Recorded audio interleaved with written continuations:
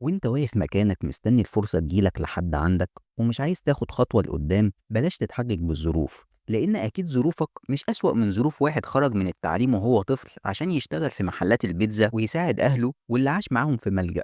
وحاليا هو مؤسس شركة جمعت استثمارات بأكتر من 220 مليون دولار، وانضم لقائمة فوربس للمبتكرين تحت سن ال30 في أمريكا. المفاجأة بقى إنه رائد أعمال مصري. تعال أعرف كل المحن اللي حولها المنح في حكاية البيزنس دي.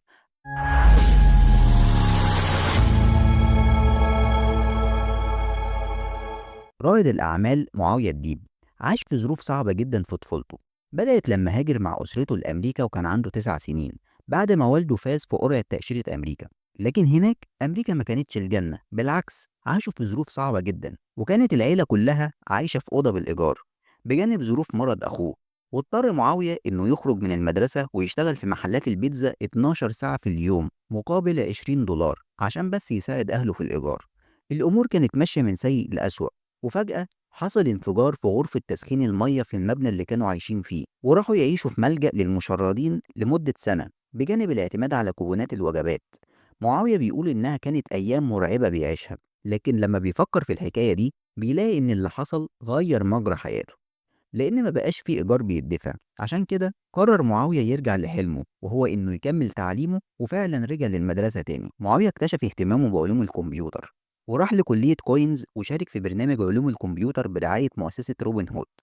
بعدها قدم طلب لجامعة كولومبيا عشان يدرس فيها، وفعلا درس فيها لحد ما حصل على بكالوريوس علوم الكمبيوتر. أحلام معاوية كبرت وقرر إنه يأسس مشروعه الخاص، وراح لسان فرانسيسكو عشان يبدأ شركته سمارت سبوت اللي بقى اسمها تيمبو، واللي طورت تكنولوجيا بتعمل نقلة كبيرة في اللياقة البدنية والتدريب، وبتقدم مراية تفاعلية بتساعد الرياضيين على التدريب من غير مدرب بشري، فممكن تمارس الرياضة قدامها وهي بتوفر الإرشادات اللازمة لوضعيات التمارين الصحيحة.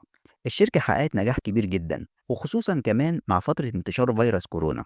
ومعاوية فاز بجائزة مؤسسة روبن هود في فئة الأبطال، وانضم لقائمة فوربس للمبتكرين تحت سن ال30.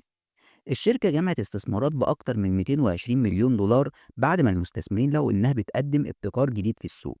معاوية بيؤمن بمقولة كل شيء مستحيل نظريا حتى يتم إنجازه، ولما اتسأل عن معنى النجاح بالنسبة له قال إن القدرة على العمل اللي أنت عايز تحققه مش اللي بتفرضه الظروف عليك. وبيقول كمان إن النجاح صعب بس مش مستحيل، ولازم نتعب عشان نحقق اللي بنحلم بيه، واللي بيتعب عمره ما هيندم. القرار في إيدك، هتكون مجرد متفرج ولا واحد من اللي بيصنعوا المستقبل. لو عندك الشغف والجرأة دي فرصتك، ابتكر وخليك مختلف وسيب بصمتك. لو قصة ألهمتك ما تنساش تعمل لايك وتشترك في القناة، لأن اللي جاي أقوى.